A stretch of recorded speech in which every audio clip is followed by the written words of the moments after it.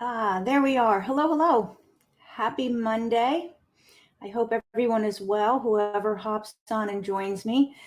My name is Linda Downey, and this is an episode of the Unconditioned Life podcast. This is streaming in multiple places, so you might be coming across this on Facebook.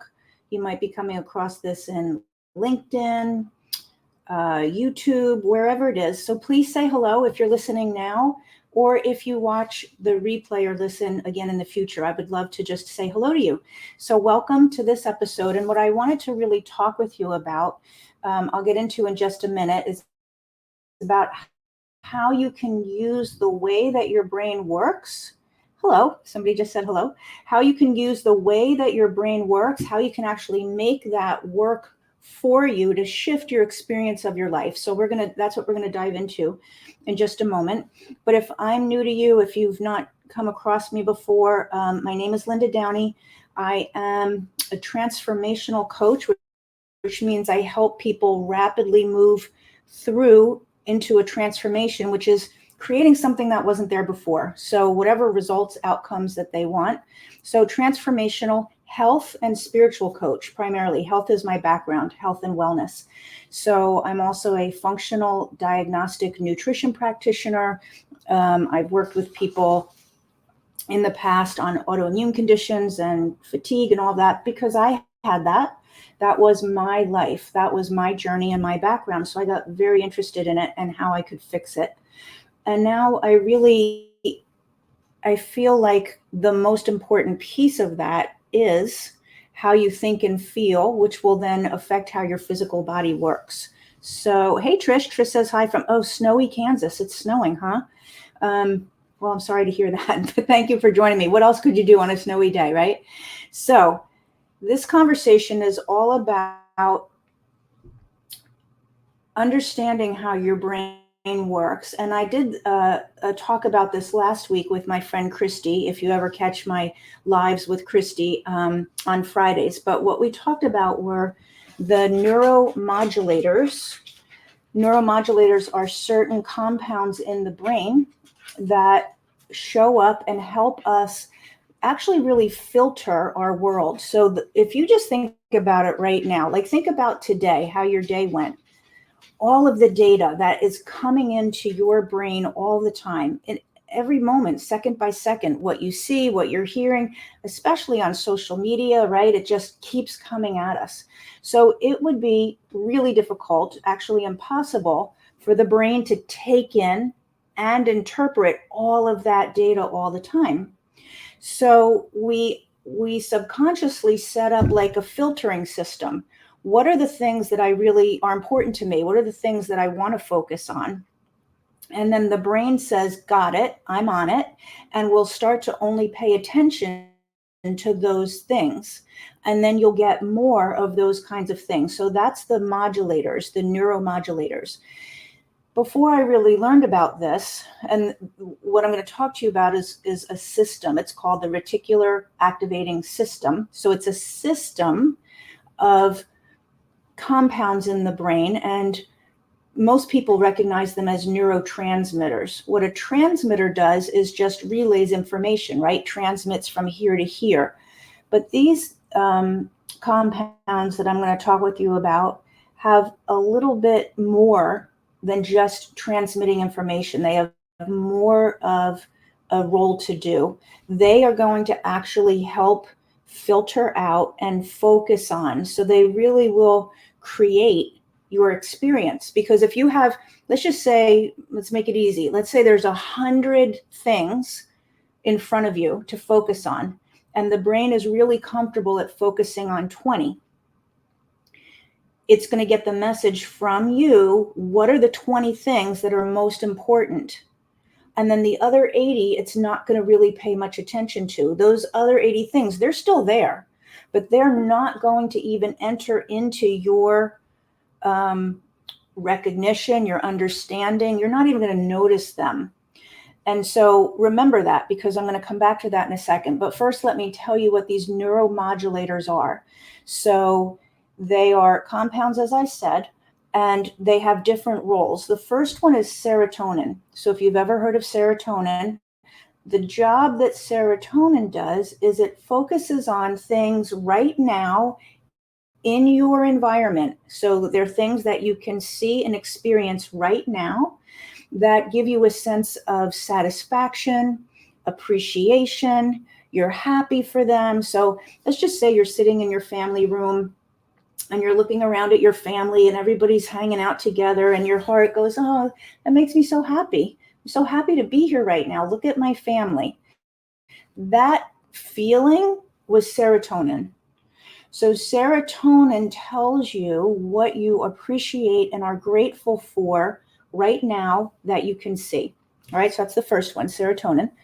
The second one is dopamine. And dopamine's job is more about what do I want to get and achieve. So it makes you feel good, but it's spurring you into action to go and get something, create something, attain something. So it's more about what's in the future for you. So what do you want to have? You would use dopamine to focus on that. Okay. A third one that I want to share with you is called acetylcholine. And acetylcholine, its job is the focus part. What it does when your body's producing acetylcholine, you can focus. So when you are focusing on the things that are making you happy and feel good, the serotonin things, right? Your family all sitting around and everybody's getting along and it's a wonderful experience. When you're in that place, you have elevated serotonin, elevated acetylcholine, and now you're focusing on what feels good. The more you do that, remember the 20 and the 80, right? If there's 100 things in your world and 20 of them make you feel good and 80 of them not so much, maybe they don't make you feel bad, but they don't make you feel good, they just are. And you want to start to get your life experience to feel good. You want to feel better than you have been. You want to not be sad and depressed as much, or you just want to feel better in your life. You want to start to develop that particular system, the mix of serotonin and acetylcholine, because then you're going to start to practice focusing on the things that make you feel good. That's a gratitude practice. So if you've ever heard of doing a gratitude practice, the reason why it makes sense. This is the science behind it. Hi, somebody else said hi. So for a lot of you, when you're saying hi, I so appreciate that you do. Depending on where you are, it might just tell me Facebook user. So I don't know your name. So I'll go back and look later and see. But thank you for saying hi. I just want to acknowledge that as people take the time to do it. But so a gratitude practice, you're telling your brain, if you've got 100 things to look at today, I want you to notice the 20 that make me feel good. If you don't tell your brain to do that, in fact, most people's brains are wired to focus, the acetylcholine, and like epinephrine, which is arousal, which is like a little bit of fight or flight, right? When you're cortisol, when you're in stress, epinephrine and cortisol is kicked up. And now you're going to focus on the problems. Now your brain is going to say, out of the 100 things in front of me, I'm going to focus on the 20 things that are the most upsetting. I'm going to focus on the 20 things that are a problem, because you've developed that filter system. That's the parameters that you gave your filtering system to focus on. And so now it will. And so all day, every day, what you're noticing is more of what's a problem, what has you stressed out, right? And the level of, how do I want to say, the level of arousal, how much it makes you stressed out, how upsetting it is, will be a match as well. So if you're always looking to be really stressed, your brain is wired that way. Right. And so it's very hard until you start to do some practices, specific practices to change this system. It's in the back of the brain, right? This neuromodulating system, so that you start to experience your world in a different way. When we talk about rewiring the brain, and that is, I'm going to say, you know, I do a lot of things with my clients, and the rewiring, I'm going to say, is 25% of it, 30% of it. We're changing a lot, but the rewiring part is one piece of that. We also have to change other things so that people can have a different life experience. Otherwise, they're always in the same patterns, the same things that they've been experiencing. So this is one piece of the rewiring, okay, is starting to change your filters and tap into different neuromodulators. When I did this conversation last week with my friend Christy, if you caught that at all, we talked about it's like having a playlist. So think of a music playlist. If you like to listen to country music, and you tell your filter system, you put into your playlist, wherever you listen to your music from, country or 70s rock. I only want 70s rock. Then that playlist is just going to bring up 70s rock or country, right? Whatever it is.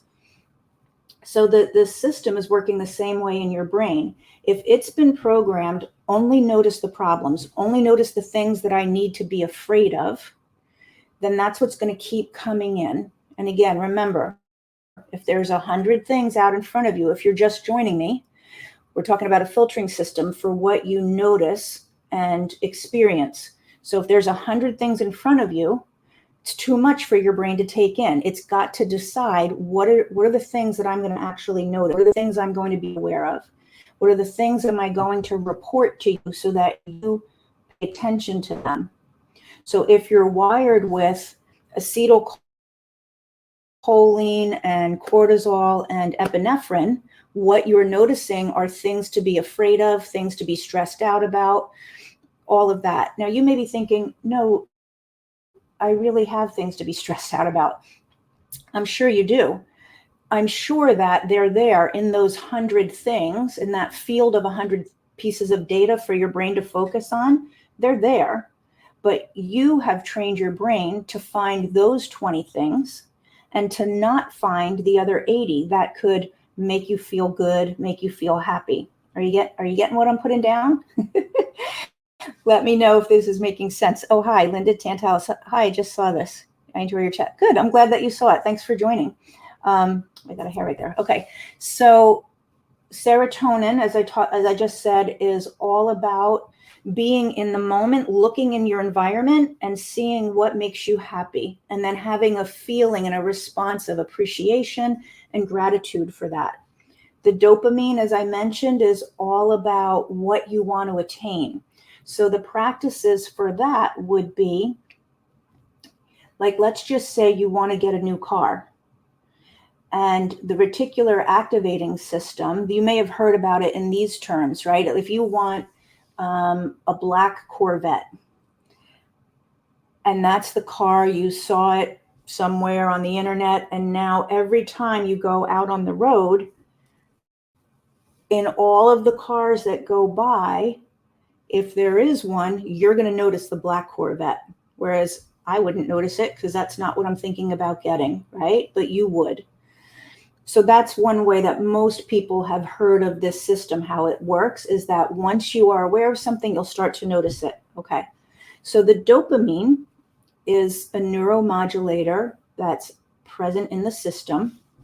And if you want to start to create things in your life that are not yet there, they're not what you're currently experiencing, but you'd like to have them, then what you want to do is start to focus on what it would be like to have that. So for the black Corvette, what would it be like to sit in it? What are the seats like? Like you're like down low and it's like a torpedo, right? In the Corvette. So like you sit down low and you're looking right out over the dashboard, or the music system, or how fast it goes, whatever it is. You start to think about that and experience it. And now your brain is going to focus on that. And here's what's going to happen. Your subconscious, you're telling your brain, I want that. Or with the serotonin, you're telling your brain, I really like this. I want more of this. I want that car. Now your subconscious is listening to that system, and it's going to figure out ways to go get the car in some way. It's going to figure out, how can I implement things more in order to make me reach that goal? So a strategy or a practice that people talk about to make things happen is to every day write them down and visualize. There's another whole piece of it about the energy around that. I don't even want to talk about that today. We'll do that in another conversation, okay? We'll meet together on another Monday and we'll talk about that piece of it. This is really about the science, the brain, the neuropsychology, and the neurophysiology of how the brain works, and then how you go and create your life, right? We're not just happenstance beings walking around. We're made in a very particular way, and we create our life in a very particular way. This is the neurophysiology behind how that happens. So when you put a practice in place of feeling grateful and appreciative, your brain will notice more and more things to be grateful and appreciative for. And then what happens? Your subconscious says, so somebody just asked me, is this manifestation? This is the science part of manifestation. Manifestation, to my understanding and how I've seen it work in my own life, also has an energetic part, which is, like I said, we're not going to talk about that tonight, but this is the science part. So energy and science, God, spirituality, science, to me, they're not different. To me, there's the energetic part, and then how it actually plays out is the science part. That's how I understand it. So this is the science part. What does the brain actually do? So the brain, when you're focusing on appreciation and gratitude, you tell the brain, these are the things I'm happy for. The brain says, got it. I'm going to go notice more of that. So I'm going to bring you more of that. So every day when you start a gratitude practice, and you either write down what you're grateful for, or you spend some time in the morning, and then again before you go to bed, thinking about, what was I grateful for today? What really worked? Like, I'm grateful right now to be on this. Oh, hey, Donna. Thank you. Donna just said what her name was. So I'm grateful right now to be giving this podcast and to see people commenting and to see that people are watching. Like, I'm really grateful. I appreciate that. When I go to bed tonight, I'm going to go over that in my head before I fall asleep. I'm going to just be like, I was really grateful to have people be interested in the conversation, to have people comment, to want to listen. Thank you for that. Thank you that the things that I think are important and I like to share with people are also important to them. Then when I fall asleep, my subconscious, because that's what sleep is for, right? Your body is repairing. Your subconscious mind is unfolding the events of the day. It's also working on the things that you want to work on. Your subconscious is doing that while you sleep. So your conscious mind goes to sleep, but the subconscious mind gets very busy. So my mind tonight could then be going, oh, okay, great. You really liked that experience. So tomorrow I might wake up and go, oh, I have another great idea. This is something else I'm going to talk about next time, because my subconscious will think about that.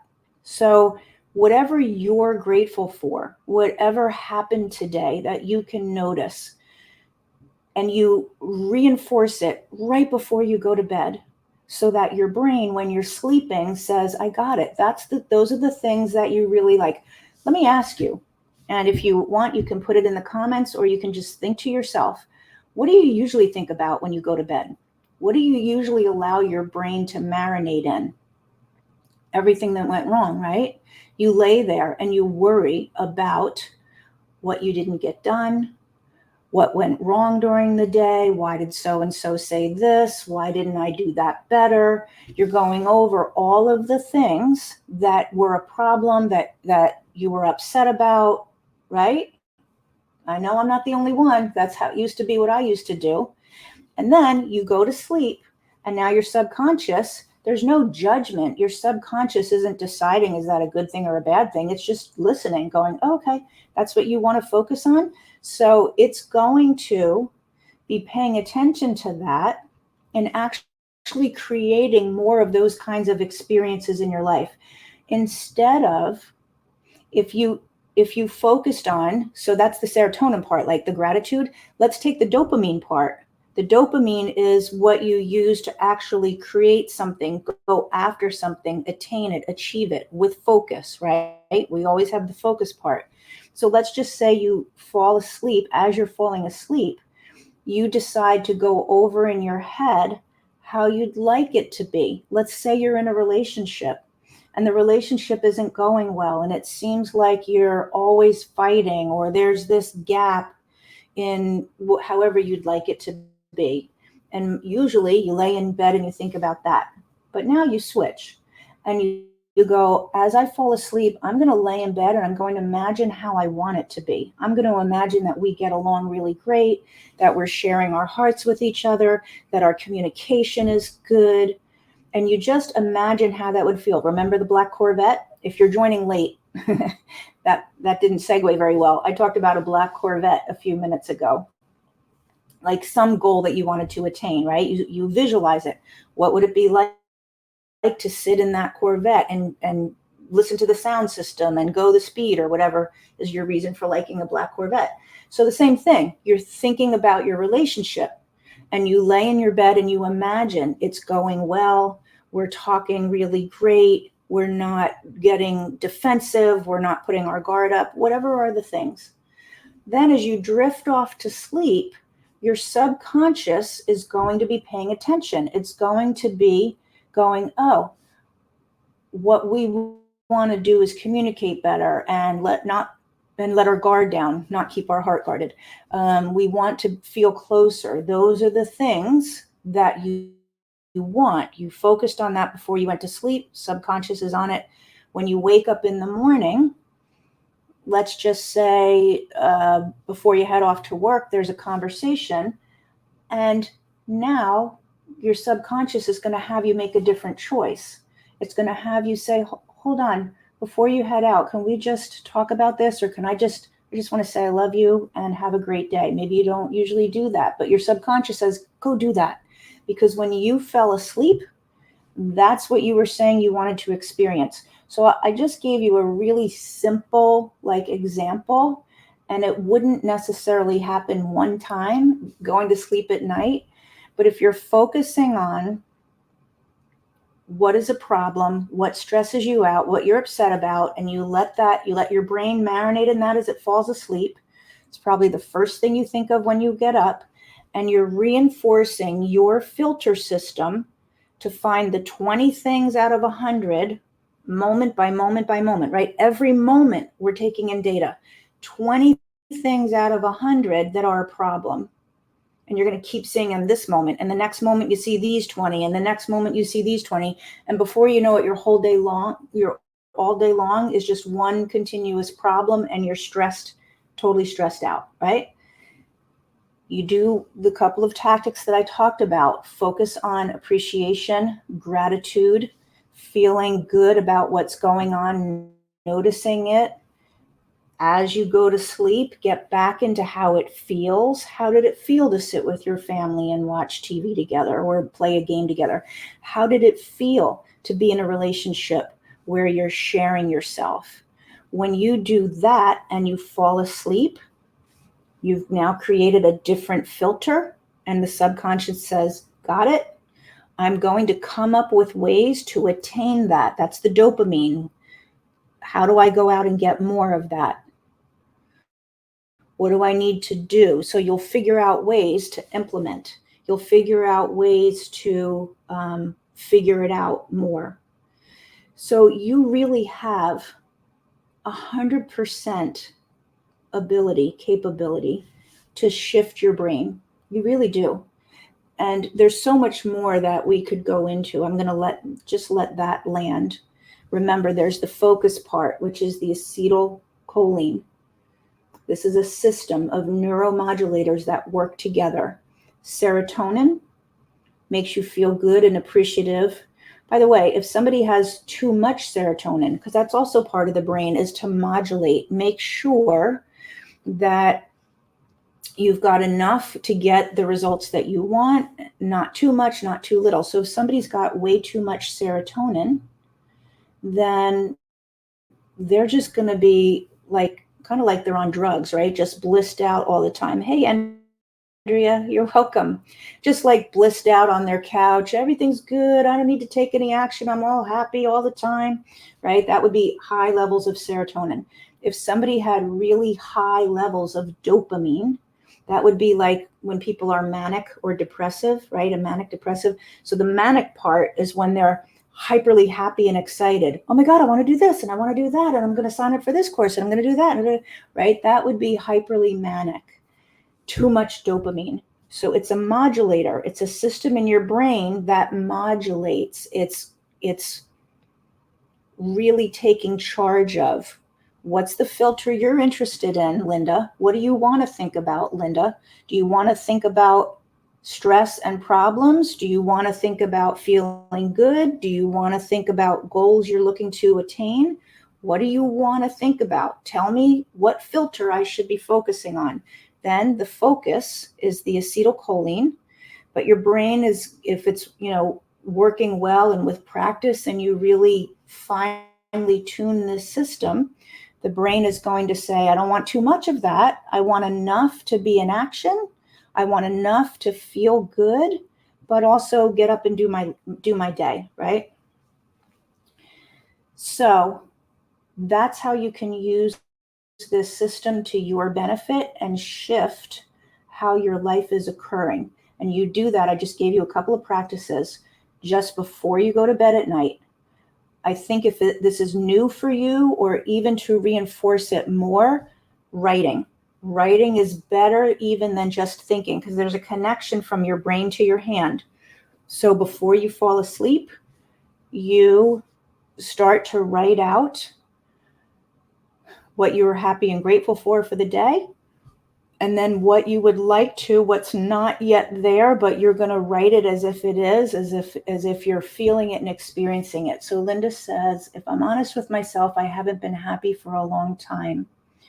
And I really get that, Linda. And I'm sorry to hear that. I certainly know what it's like to live in that place. And I want to tell you, and Donna's on here, or if any of my other clients are on here, you can shift all of that. The work and the tools that we do is really about shifting your whole life experience, because here's what I believe, and it's not just me. I don't believe we're here to live an unhappy life. I don't think that's why we're created.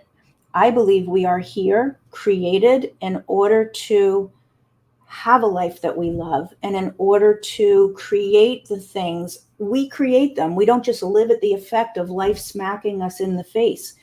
How do I create what I want? That's why we're here, in my opinion. But I've seen it over and over and over again. We're just not taught the tools. We don't know how to make it go for us. We don't know how to rewire. And I gave you one piece of rewiring. There's so much more to it. So Allison says, I love your talks. Oh, good. And I could listen to you forever. Great. Thank you, Allison. I'm so glad that you're here. And listen, if anybody has any topics that you want to talk about that haven't occurred to me, I would love to hear that. Okay. So I'm going to end this episode in just a moment. This is an episode of my podcast called The Unconditioned Life. It's a pretty new podcast. So if you listen to podcasts, you can find it on Spotify, Amazon, I think Google, YouTube. So you can listen there. There's about 16 episodes so far, and I have some people lined up to talk with me. And then also this Thursday, the last Thursday of March, is a workshop, a monthly workshop. I'll put that link. I should have put that in. And that's all on fear. So fear is a particular way that you could be experiencing your life all over the place. And there's ways that you can change and navigate through living in a constant state of fear. And there's tools that we use. So if that interests you, look for the links to come to the workshop this Thursday on fear. Okay? So I thank you. I'm very grateful and appreciative. And I will reinforce that to my brain tonight when I go to sleep, that you're here and that we had this time together, and that this is making sense for you. Okay? So find something for yourself and start to marinate your brain in some other ways so you create different filters. Okay? All right. Have a great night. I will see you next time. Bye-bye.